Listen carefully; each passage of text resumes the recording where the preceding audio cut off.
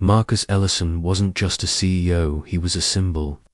The son of a postal worker and a public school teacher, he had built his company from nothing but grit and late nights in a cramped apartment, coding prototypes and drafting business plans, while his friends were still figuring out their lives.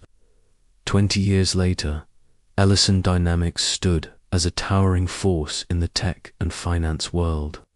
With Marcus at the helm, he had become the youngest black CEO to take a company public, a headline that ran on every major business network the day it happened. But while his name inspired many, it also unsettled others. His rise was meteoric, and in boardrooms filled with older, entitled men who had inherited their power rather than earned it, Marcus was seen less as a peer and more as a disruption.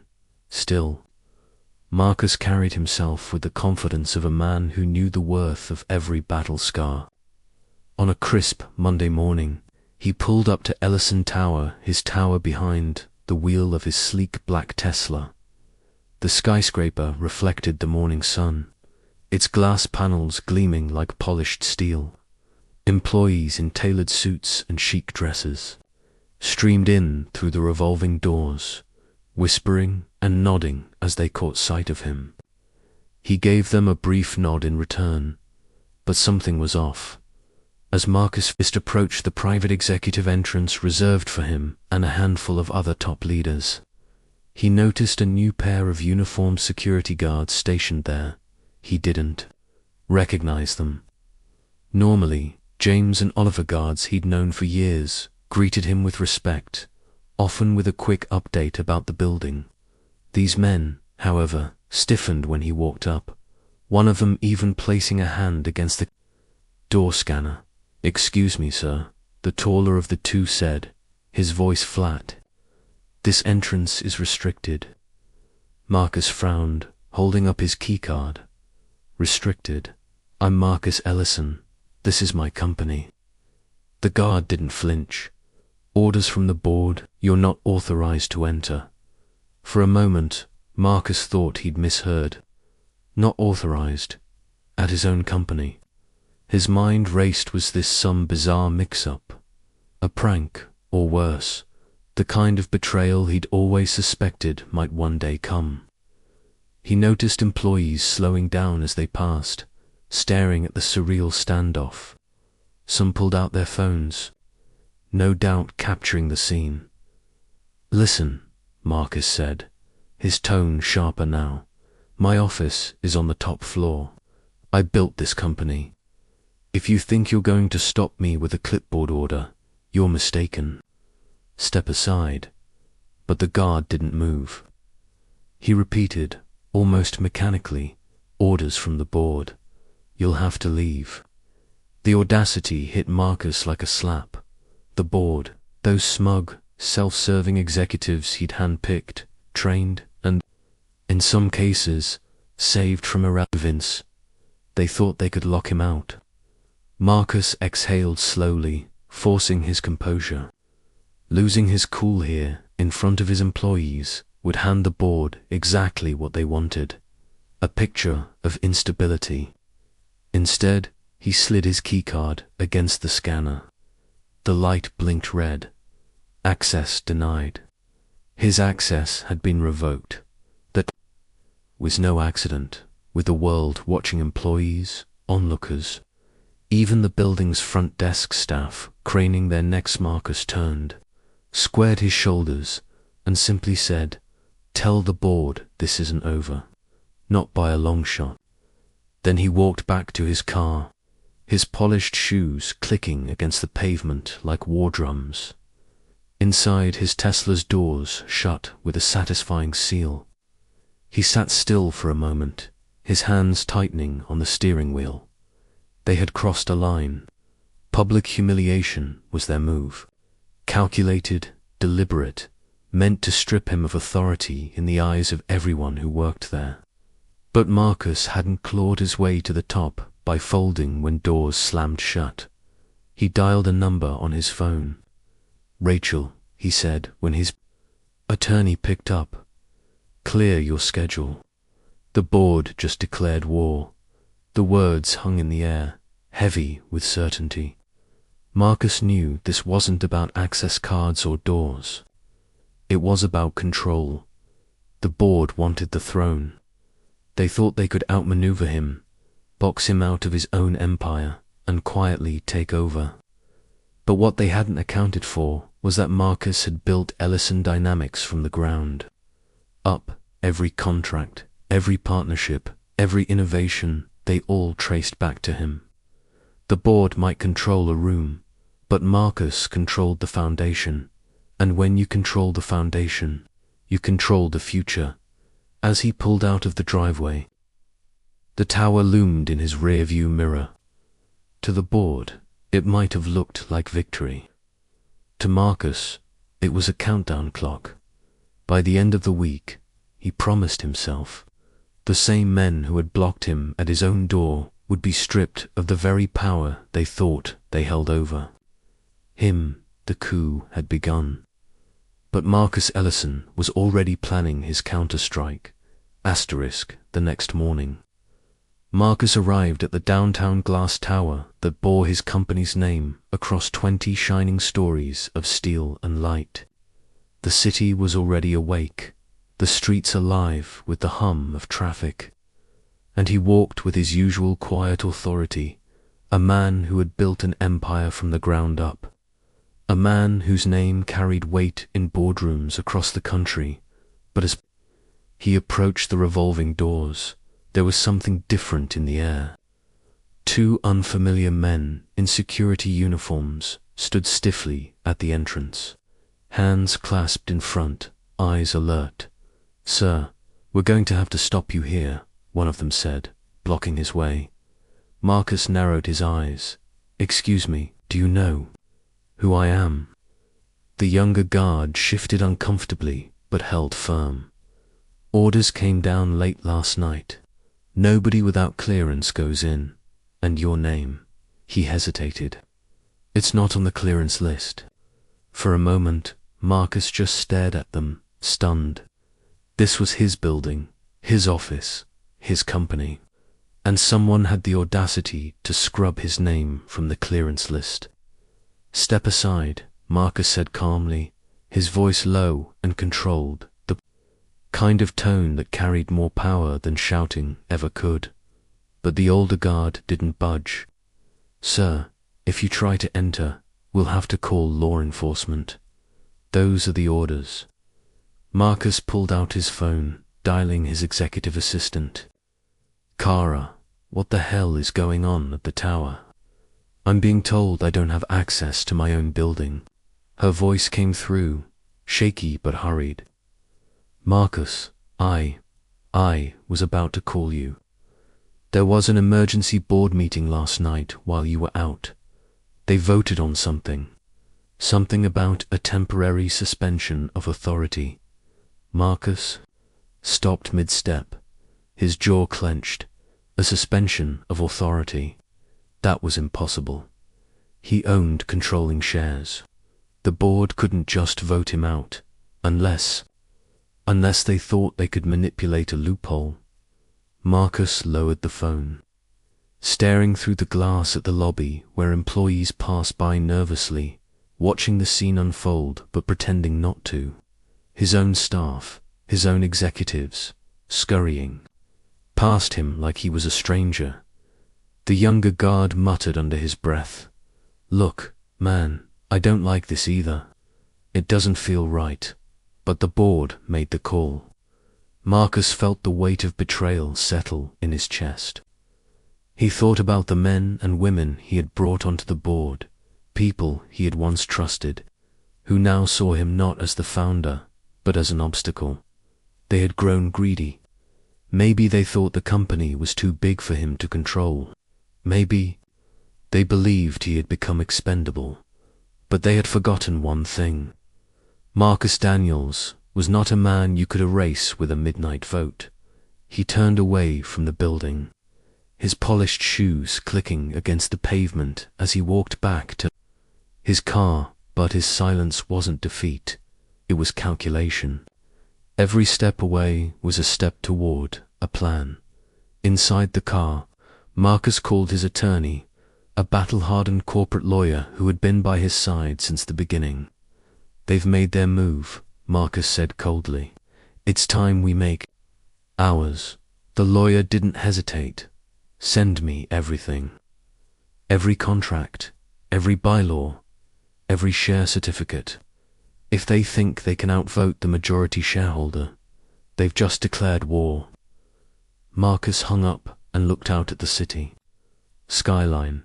His reflection in the window was steady, unshaken.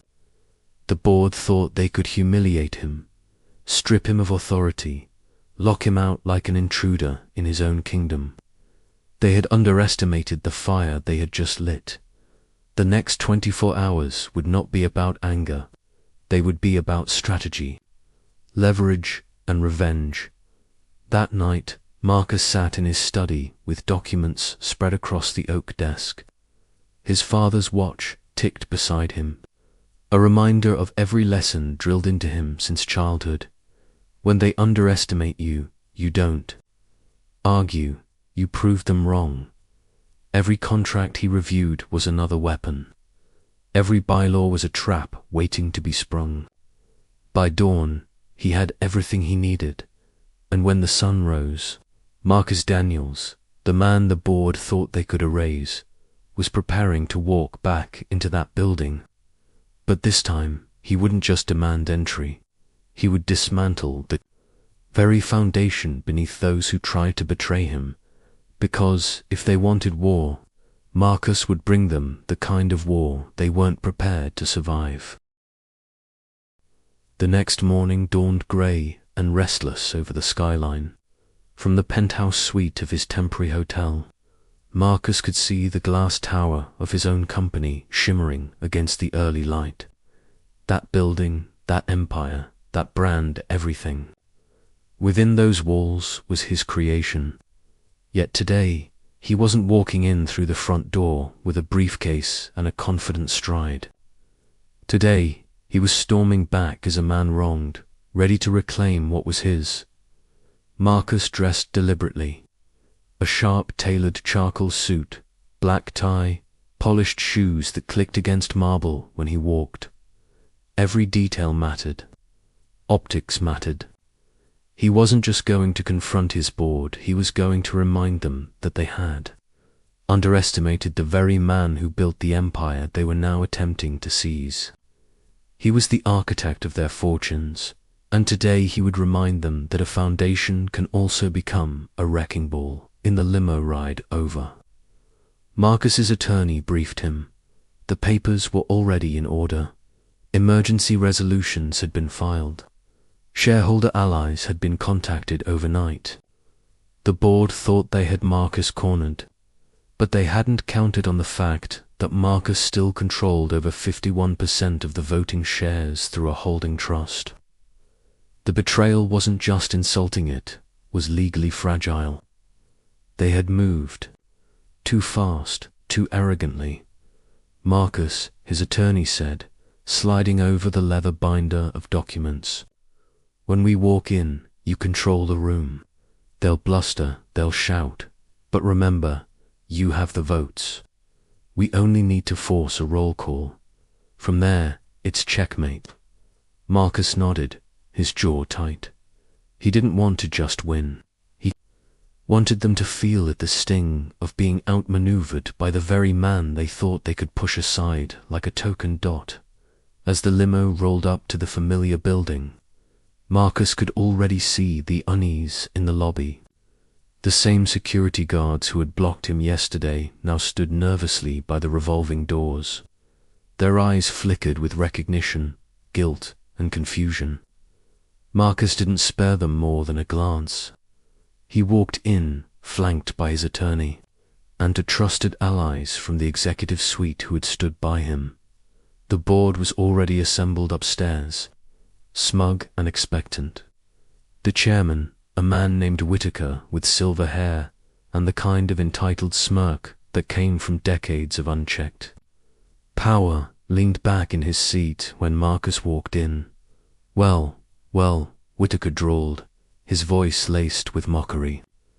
Look who decided to grace us with his presence. Thought you'd try to sneak back in, Marcus. Marcus didn't flinch. He didn't even sit yet. He placed the leather binder on the mahogany conference table, slid it toward the center, and said evenly, "Gentlemen and ladies, you made a grave mistake yesterday. You believed that by locking me out of my own company, you could erase me. But what you fail to realize is that this company doesn't just have my name on the door, it is me. And today, we're going to settle who really holds the power here." The room shifted. Some board members shifted uncomfortably. Others chuckled dismissively. Whitaker waved a hand. "Marcus, this isn't your playground anymore. You've been relieved. Your leadership has been erratic, your decisions reckless. We've already begun drafting new leadership plans." Marcus finally sat down, slow and deliberate. He let the silence stretch, his eyes burning into each face at the table. Then, with a calmness that felt like the eye of a storm, he said, "You don't have the authority to remove me. And you know why? Because I hold the controlling shares. And last night, I executed my rights under the bylaws. What that means is simple. This board, effective immediately, is dissolved." Gasps erupted. One of the board members, a younger man who had sided with Whitaker's, lammed his palm on the table. "You can't do that." Marcus's attorney smoothly slid the stamped paperwork across to him. "He can, and he has." Whitaker's smirk faltered for the first time. He snatched the papers, scanning them.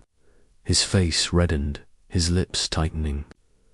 The silence that followed was thick, suffocating. Marcus leaned forward. "You wanted me gone. You thought a black man at the head of a Fortune 500 company was temporary. A fluke, something you could erase when it suited you. But let me be perfectly clear. I didn't get here by accident. I built this brick by brick while you all sat here lining your pockets. And now you're finished." The retaliation was not just words. It was decisive action. Marcus began reading aloud the resolutions. Each board member's dismissal, effective immediately. The removal of Whitaker as chairman. The appointment of a new, streamlined governance committee handpicked by Marcus. One by one, he stripped them of power, the sound of his voice echoing like a gavel in a courtroom. "You're out, you're out, you're out," Marcus declared, slamming each paper into a growing pile in front of him. Some shouted, others pleaded, but the balance of power had already shifted. One woman, long silent during the confrontation, whispered, "He really did it." And then came the moment of poetic justice. Marcus stood, gathering the stack of papers, and said, "You wanted to block me from my own office.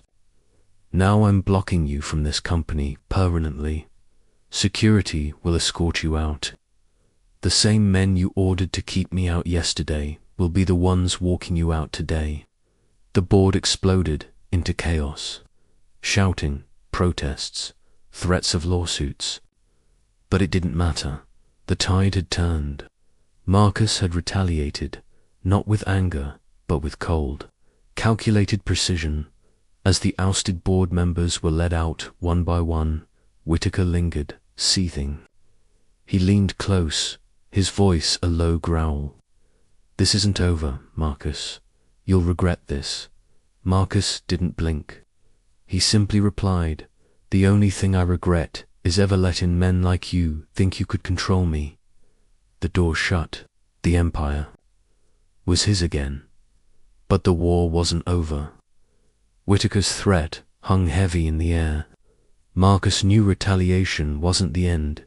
It was only the beginning of a larger battle. Asterisk. The following morning, the city skyline glowed in a mix of dawn, light, and corporate ambition.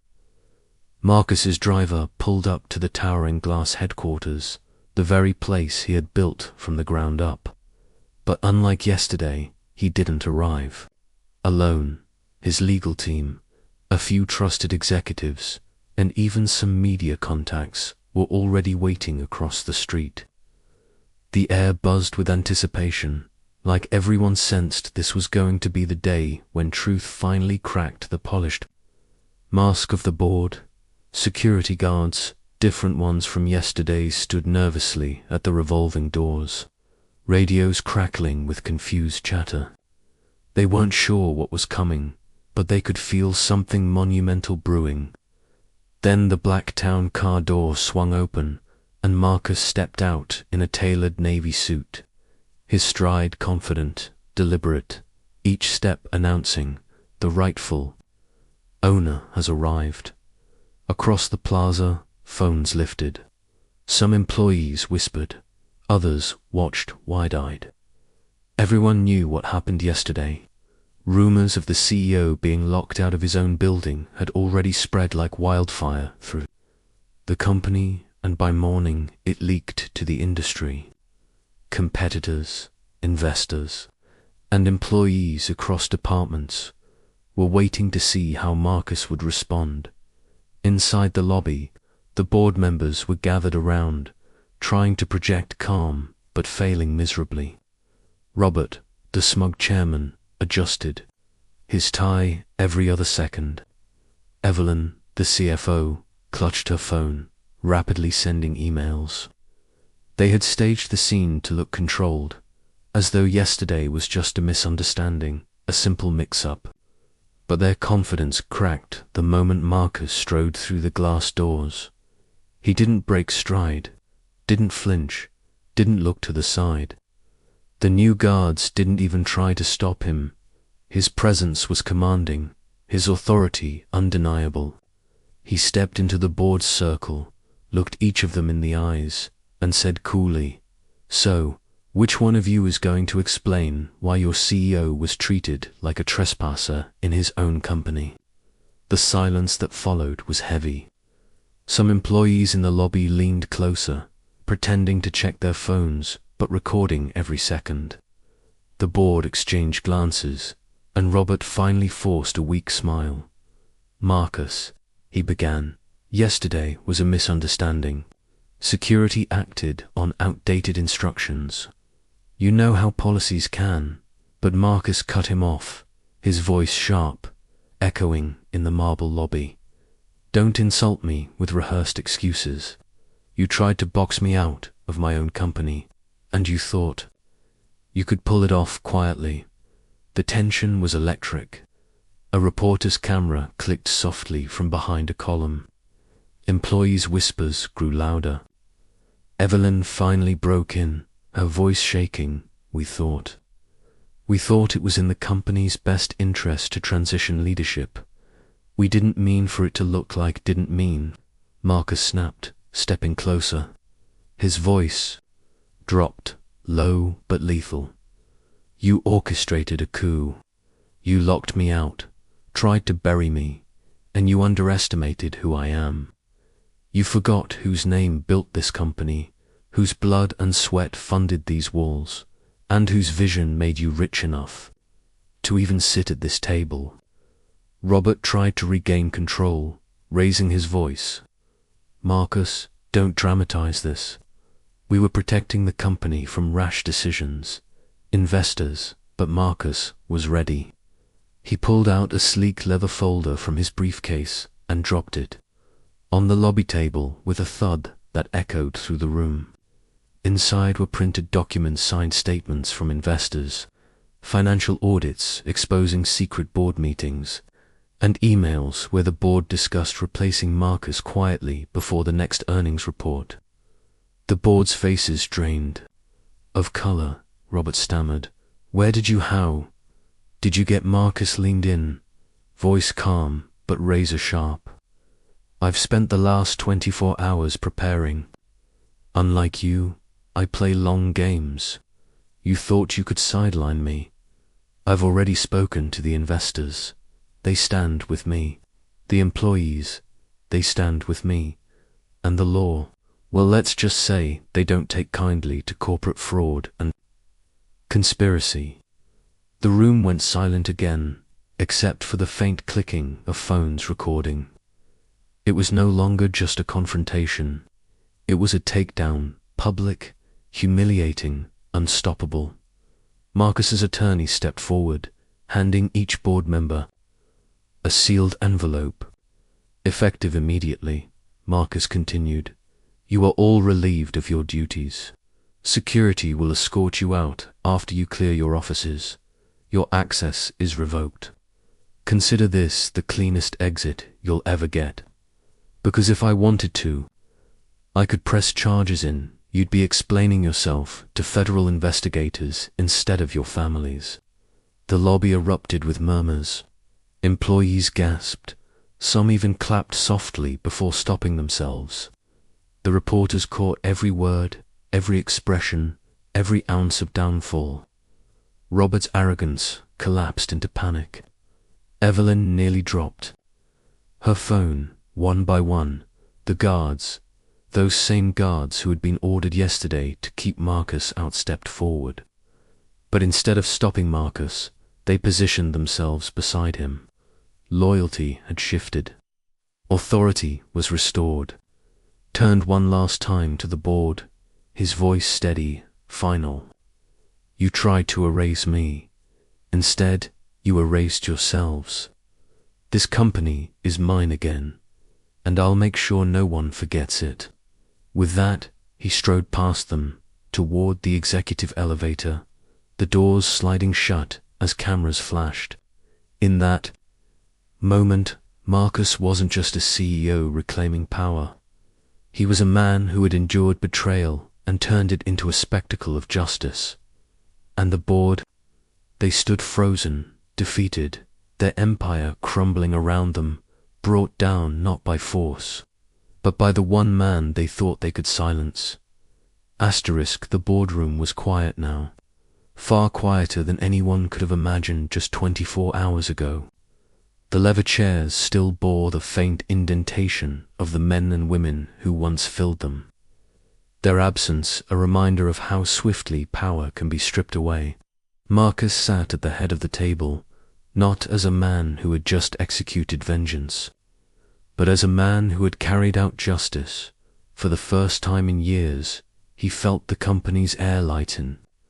No more condescending glances, no more whispered jokes in corridors about how lucky he was to be here. No more subtle reminders from people who thought their privilege would always shield them. They were gone, all of them, and Marcus remained. Stronger than ever, the irony was thick, almost poetic. Yesterday, they barred him from his own office. They treated him like an outsider in a building he had built, in a company his sweat and vision had turned into an empire. Today, they were the outsiders, stripped of titles, paychecks, and the prestige they had once clung to.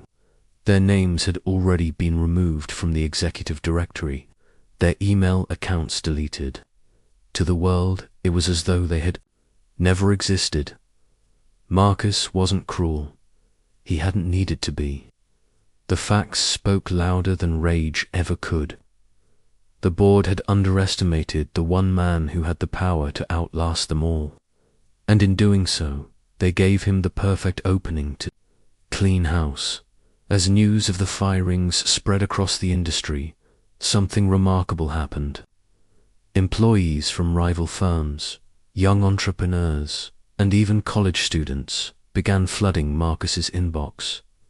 You inspire me. Thank you for standing up. I didn't think someone like me could ever reach the top until I saw what you did. His story had already gone viral on business networks and social media.